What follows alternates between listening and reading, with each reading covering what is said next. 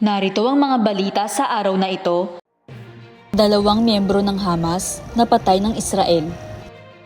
Iniulat ng Israel na napatay nito ang dalawang mataas na opisyal ng Hamas na sina Ahmed Abu Ara at Rafet Dawasi sa isang airstrike sa kanilang sasakyan sa Jenin, West Bank noong Sabado.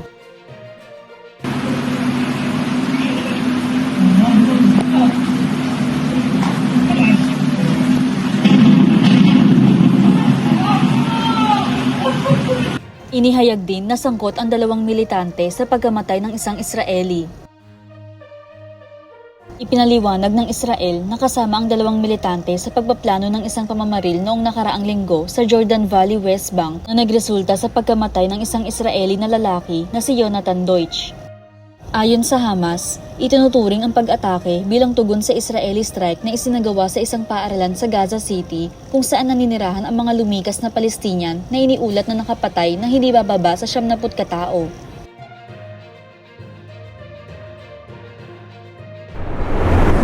At narito naman ang mga balita sa ating bansa. Libong Pinoy sa Lebanon, nais magbalik Pinas. Nagpahayag ang halos 1,000 Pinoy na nakabase sa Lebanon ng kanilang kagustuhang bumalik sa Pinas sa gitna ng tumitinding tensyon sa naturang bansa sa Middle Eastern ayon sa Department of Foreign Affairs nitong linggo. Sinabi ni DFA Undersecretary Eduardo de Vega na sa nasabing 1,000, may kabuuang 356 na katao na ang na-repatriate. Mayroong humigit kumulang 11,000 Pilipino sa buong Lebanon at ilan sa kanila ay walang mga dokumento. Hindi pa masyadong interesado ang mga Pilipino na umalis, na lumikas kaya malakas ang panawagan ng ating embahada. Saad ni De Vega.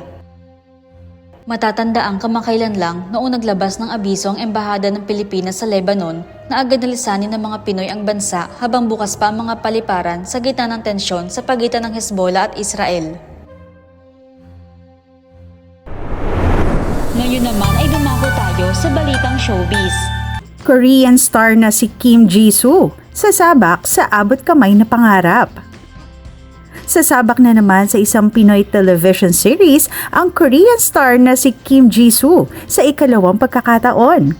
Inanunsyo ng GMA drama nitong Sabado sa X na sasali ang aktor sa mga cast ng medical drama na Abot Kamay na Pangarap, kung saan gagampanan niya ang papel ng isang doktor sa Apex Medical Hospital.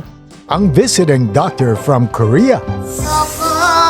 You don't talk to that kid in that manner. Dala ang charm at expertise niya. Siya na ba ang destined opa ni Doktora? Unang inilabas ang teaser ng pagsabak ni Jisoo sa isang Instagram reel na ipinapakita siyang naglalakad sa loob ng ospital. Matatanda ang kamakailan lamang ay lumabas si Jisoo sa action drama series na Black Rider bilang si Adrian Park sa seryeng puno ng aksyon. Lumahok ang kanyang karakter sa isang eksena ng barilan. Inaasahan din na bibida si Jisoo sa pelikulang Bujigay kasama sina Rufa May Quinto, Alexa Elacad, Lito Pimentel at iba pa.